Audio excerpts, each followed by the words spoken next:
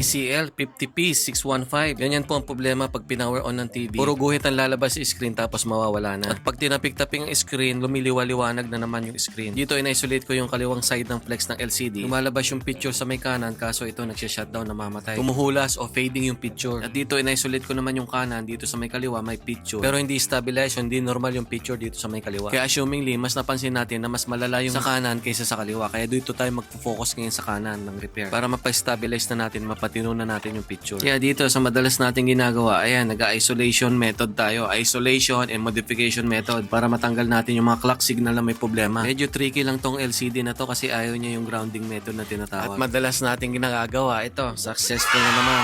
Another successful story. Maraming salamat Kung may ganito po kayong sira ng TV o kahit ano pang sira ng TV, i-message nyo lang po ako sa messenger ko. Paki-PM o direct message nyo po ako sa messenger ko para mabasa ko po agad at makasagot po ako agad. Kasi yung mga nag-i-inquire sa akin sa comment section, madalas hindi ko po nababasa. At maraming salamat po kay Ma'am Edensan sa amin yung pinagkatiwala ang TV nyo. Maraming salamat po. God bless us all.